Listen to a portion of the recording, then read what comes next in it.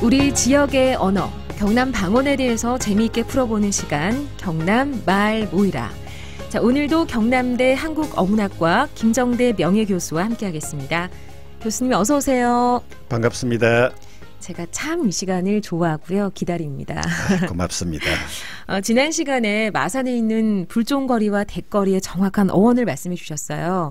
방송 들으시고 대거리의 그 거리가 길거리의 그 거리가 아니었어? 이런 분들이 몇 계셨어요. 네. 아무래도 우리 지역의 익숙한 곳의 이야기다 보니까 더 좀 귀에 쏙쏙 들어왔던 게 아닐까 싶습니다. 자, 오늘도 어떤 이야기, 재미있는 이야기 들려주실지 기대가 돼요. 네, 오늘은 우리가 일상 쓰고 있는 그 방언의 소중함과 관련된 얘기를 하고자 합니다. 네. 우리 경남 지역을 포함하여 지역 사람들이 서울로 가면은 그 서울 말씨를 따라하고 싶은 심리는 그 뭐 사람이라면은 누구한테나 있을 겁니다. 있죠. 그런데 완전한 그 서울말을 구사하지는 못하고 그 말씨를 흉내내는 사람을 놀림조로 하거나 얕잡아서 하는 말이 있어서 오늘 그걸 소개할까 합니다. 오늘도 왠지 재미있을 것 같은 예감이 확 듭니다. 서울말을 어설프게 흉내내서 말하는 지역 사람을 그러니까 놀리거나 혹은 얕잡아서 하는 표현이 있다는 말씀이시군요. 네, 그 우선 우리 경남에서는 그 서울말을 갱사라고 한다는 점부터 제가 좀 지적을 해야겠습니다. 갱사. 예, 그러니까 사람에 따라서는 물론 뭐 서울말이라 하기도 하고 또 표준말은 발음이 돼서 그렇습니다만 네. 하기도 하죠. 갱사라는 말을 많이 썼고 지금도 근데 쓰고 있습니다. 갱사는 서울경 말씀사, 즉 한자말 경사에 대한 우리 경남말입니다. 네. 우리 경상도 사람들이 자음 뒤에 오는 그 이중모음을 발음하기 어려워한다는 것은 널리 알려진 사실입니다. 네. 그래서 경제를 갱제. 며느리를 며느리 또는 미느리, 과일은 가일, 휴가를 후가 이래 발음하지 않습니까? 후가. 네. 자, 그러면 이 경사가 서울말을 이제 일컫는 말인 만큼 경사를 쓰는 사람에 대한 표현도 자연히 따라올 것 같습니다.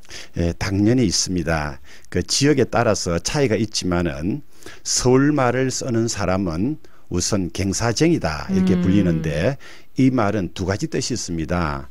하나는 그 애초 그 서울말을 쓰는 사람을 두고 하는 말도 되지만은 네. 두 번째는 어설프게 그 서울말을 흉내내는 지역 사람을 비꼬아서는 말이 되는 그래서 두 가지 뜻으로 쓰이는 말입니다. 네. 그렇군요. 그런데 이제 이 그 쟁이라는 말은 높이는 표현이 아니지 않습니까? 네. 그래서 이 지역에서 서울말을 쓴다는 것이 이 지역에 사는 사람으로서는 기분이 썩 좋은 일은 아니다.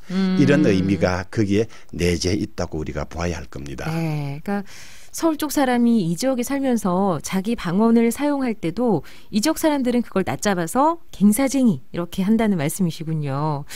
근데 저는 이제 지역 사람들이 서울 가면 이제 서울 사람들이 지역 사람들을 두고 사투리 쓴다 이렇게 표현하잖아요. 네. 그런 말만 있는 줄 알았는데 반대되는 경우도 있다는 게 흥미롭습니다. 예, 참 흥미롭죠. 그 갱사쟁이하고 비슷한 말로 지역에 따라서 어긋지기라는 말도 잘 쓰입니다. 그 우리 지역 말하고 어긋나게 쓰는 사람을 그 역시 얕잡아서 하는 말입니다. 그런데 이 그 지역 사람이 얼치기 서울말을 하는 경우를 두고는 갱사쟁이 말고도 네. 보리갱사라는 말도 씁니다. 갱사쟁이는 그 울산에서 많이 쓰고 있고 보리갱사는 울산 창녕에서 우리가 잘 들을 수 있는 말인데 네. 이들 지역에서는 이 지역 사람으로서 얼치기 서울말을 쓰는 사람을 비꼬아서 보리갱사 신다는 이제 쓴다의 말이죠. 네. 울산에서는 써 발음이 돼서 보리갱사 신다 이런 말을 합니다. 네, 보리갱사 신다. 그러니까 이 말도 그 말을 쓰는 사람을 얕잡아 보거나 비꼬아서 하는 말이란 말씀이신 것 같은데요. 보리라는 뜻은 어떤 뜻을 담고 있어요? 네, 그 이 보리는 그 곡식의 한 종류인 그 우리 보리를 가리킵니다. 네. 그 우리는 전통적으로 쌀과 보리를 견주어서 볼 때 쌀은 귀에서 1등 자리를 차지하는 곡식인 반면에 그 보리는 언제나 쌀보다 못한 곡식이라고 생각했지 않습니까? 네. 그래서 보리갱사는 비유적 표현이 돼가지고 얼치기 서울말이라는 뜻이 되는 겁니다. 그렇군요. 비유적 표현으로 얼치기 서울말이란 뜻을 담고 있는 표현이었습니다. 재밌습니다. 갱사쟁이와 보리갱사 이런 또 비슷한 또 다른 표현도 있을까요? 네, 그 고성에 가면은 갱사 날린다라는 표현을 씁니다. 네. 고성 지역의 말에는 그 얕잡아 본다는 뜻이든 쟁이나 보리가 없지만은 날리다라는 표현이 그 역할을 대신하고 있습니다.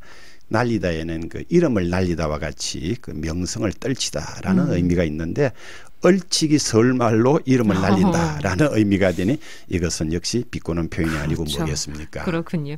그러니까 서울 쪽 사람들이 자신들의 방언을 쓰는 것을 두고 갱사쟁이 또 어긋지기 이런 얕잡아 쓰는 표현이 있고 또 이 지역 사람인데도 얼치기 서울말을 흉내내는 사람을 가리켜서 갱사쟁이, 보리 갱사 쉰다, 갱사 날린다 이런 표현을 이제 하고 있는 건데 그러니까 이게 어떤 의미일까요? 우리 지역민들이 어떤 우리 지역 말에 대한 상당한 자부심이 있다 이런 뜻으로 좀 볼 수가 있겠습니까? 네, 그렇습니다. 그 오늘 제가 강조하고자 하는 말도 바로 그겁니다. 그 우리는 그 공적인 자리에서는 원만한 의사소통을 위해서 이제 표준어를 써야 하지만은 고향 사람들끼리 모여서 정다운 얘기를 할 때는 방언을 써야 한다는 게 제 평소의 소신입니다. 네. 말은 의사소통을 가능하게는 도구이기도 하지만은 마음과 마음을 이어주는 정체성을 일깨워주는 그 매개물이기도 하기 때문입니다. 네. 말은 마음과 마음을 이어주는 매개물이다. 야, 네. 그렇군요. 교수님께서 방금 말씀해 주신 것과 관련해서 관련된 일화가 하나 있다면서요. 네, 그 2004년도에 그 어느 책에 실렸던 아주 유명한 얘기가 있습니다. 네. 부산에서 여고를 함께 졸업한 두 동창이 있었는데 한 친구는 그 서울로 유학을 가고 다른 한 친구는 부산에 있는 대학에 진학하게 되었습니다. 대학에 들어간 지 얼마 되지 않아서 서울로 간 친구가 그리워서 부산 친구가 서울말로 전화를 했습니다. 영수가 니 잘 지내제? 부산말 아닙니까? 예. 그러면 서울로 간 그 친구도 한 달도 안 됐습니다. 네. 나 잘 지낸다. 니는 어찌 지내노? 이랬으면 좋았을 것을 무엇이 씌었는지 난 잘 지내. 넌 어떻게 지내니? 이렇게 말하고 말았습니다. 대학 간 지 얼마 만에 서울 사람이 다 됐어요. 아니 두 사람 사이에 왠지 어색한 기류가 흘렀을 것 같은데요. 그건 어색한 기류 정도가 아니고 그야말로 두 사람 다 요즘 말 하면은 그 멘붕이 된 겁니다. 네. 두 사람은 이런저런 말을 더 주고받았지만은 서울말하고 부산말이 교차하는 그 통화 속에 무슨 진실한 말이 오고 갔겠습니까? 어색하죠. 전화가 끝나자 서울 친구가 한 말이 걸작입니다. 어휴, 내가 미쳤어라고 말입니다. 결국 아까 교수님께서 말씀하신 것처럼 이제 언어는 단순하게 의사소통의 도구만이 아니라 어떤 마음과 마음, 이 정서를 이어주는 매개문이라는 말씀이신 거죠? 네, 그렇습니다. 네, 오늘 이야기도 잘 들었습니다. 경남대학교 한국어문학과 김정대 명예교수였습니다. 고맙습니다. 고맙습니다.